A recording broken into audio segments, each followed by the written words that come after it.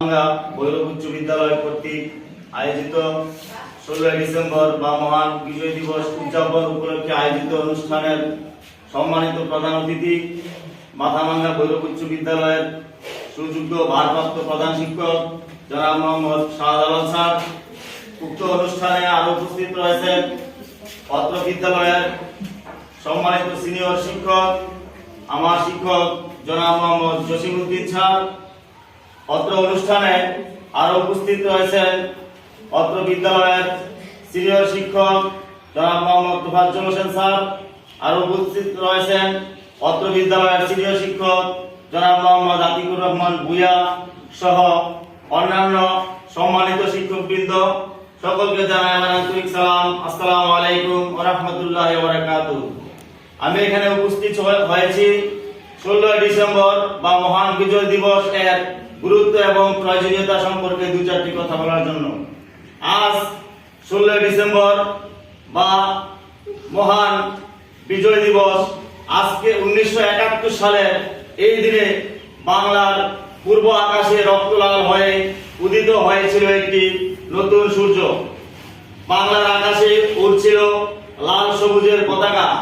বিশ্বের বুকে জন্ম নিয়েছিল বাংলাদেশ নামক একটি রাষ্ট্রের, বাংলাদেশ নামক একটি নতুন রাষ্ট্রের।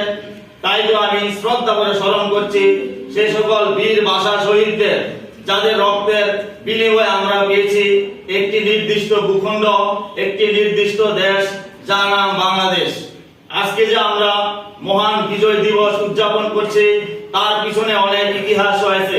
তার সংক্ষিপ্ত কিছু ইতিহাস আমি আপনাদের সামনে উপস্থাপন করছি। প্রথমে বলতে হবে 1971 সালের 25শে মার্চের কথা। 1971 সালের 25শে মার্চ ছিল নির্মম গণহত্যার দিন। 1971 সালের 25শে মার্চ কালো রাতে পাকিস্তান হানাদার বাহিনী এদেশের নিরস্ত্র গোপন্ত বাঙালিদের উপর ঝাঁপিয়ে পড়ে। পাকিস্তান হানাদার বাহিনী 1971 সালের 26শে মার্চ প্রথম পরে শুরু হয়েছিল 9 মাস ব্যাপী স্বাধীনতার আন্দোলন। পাকিস্তান হানাদার বাহিনী এদেশের বাঙালিদেরকে হত্যা করে বা বুদ্ধিজীবীদেরকে হত্যা করে তারা ক্ষান্ত হননি। তারা ঢাকা বিশ্ববিদ্যালয়ের জগন্নাথ হল, ইকবাল হল, রোকেয়া হল এবং শিক্ষকদের বাসা, পিলখানা রিপেয়ার সদর দপ্তর এবং ঢাকা রাজারবাগে নৃশংস হত্যাযজ্ঞ চালিয়ে তারা হত্যা করে এদেশের অগণিত নিরস্ত্র দেশপ্রেমিক এবং দেশের শ্রেষ্ঠ বীর সন্তানদেরকে। পাকিস্তান হানাদার বাহিনী ঢাকা বিশ্ববিদ্যালয়ের বিভিন্ন এলাকায় একাধিক গণকবর করে তারা শত শত লাশ পানিতে চাপা দেয়। তারা অনেক লাশ ঢাকার বুড়িগঙ্গা নদীতে ভাসিয়ে দেয়।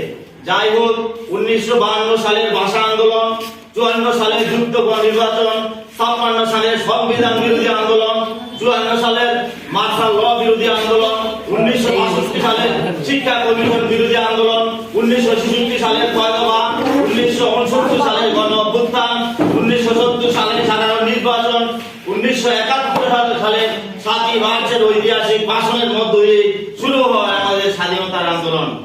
দীর্ঘ 9 মাস রক্তক্ষয়ী যুদ্ধের পর 30 লাখ শহীদের আত্মদান, 2 লাখ মা বোনের আত্মসংগ্রাম এবং বিপুল ক্ষয়ক্ষতির মধ্য দিয়ে অর্জিত হয় আমাদের বিজয়। বিশ্বের মানচিত্রে অভ্যুদয় ঘটে স্বাধীন বাংলাদেশে।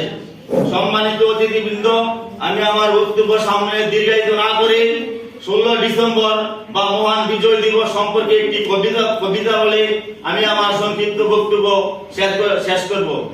যে 16 ডিসেম্বর এলে মনটা যে আমার কেমন কেমন করে, সোনার ছেলেরা যে যুদ্ধে গিয়ে আর ফেরেনি ঘরে, পাক হানাদারদের ওই হাতে মরল মানুষ ধীরে রাতে, দেশের জন্য জীবন দিয়ে শহীদ হলো তারা তাতে।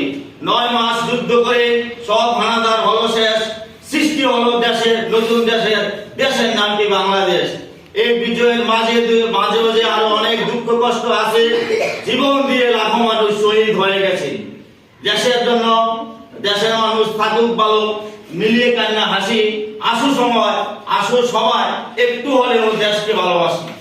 আমি আমার বক্তব্য সামনে দীর্ঘায়িত না করে সকলের সুস্বাস্থ্য এবং দীর্ঘায়ু কামনা করি এবং আজকে 16 ডিসেম্বর বা বিজয় দিবসের রক্তিম শুভেচ্ছা জানিয়ে সকলকে রক্তিম শুভেচ্ছা জানিয়ে আমি আমার সংক্ষিপ্ত বক্তব্য এখানে সমাপ্ত করলাম। আল্লাহ হাফেজ।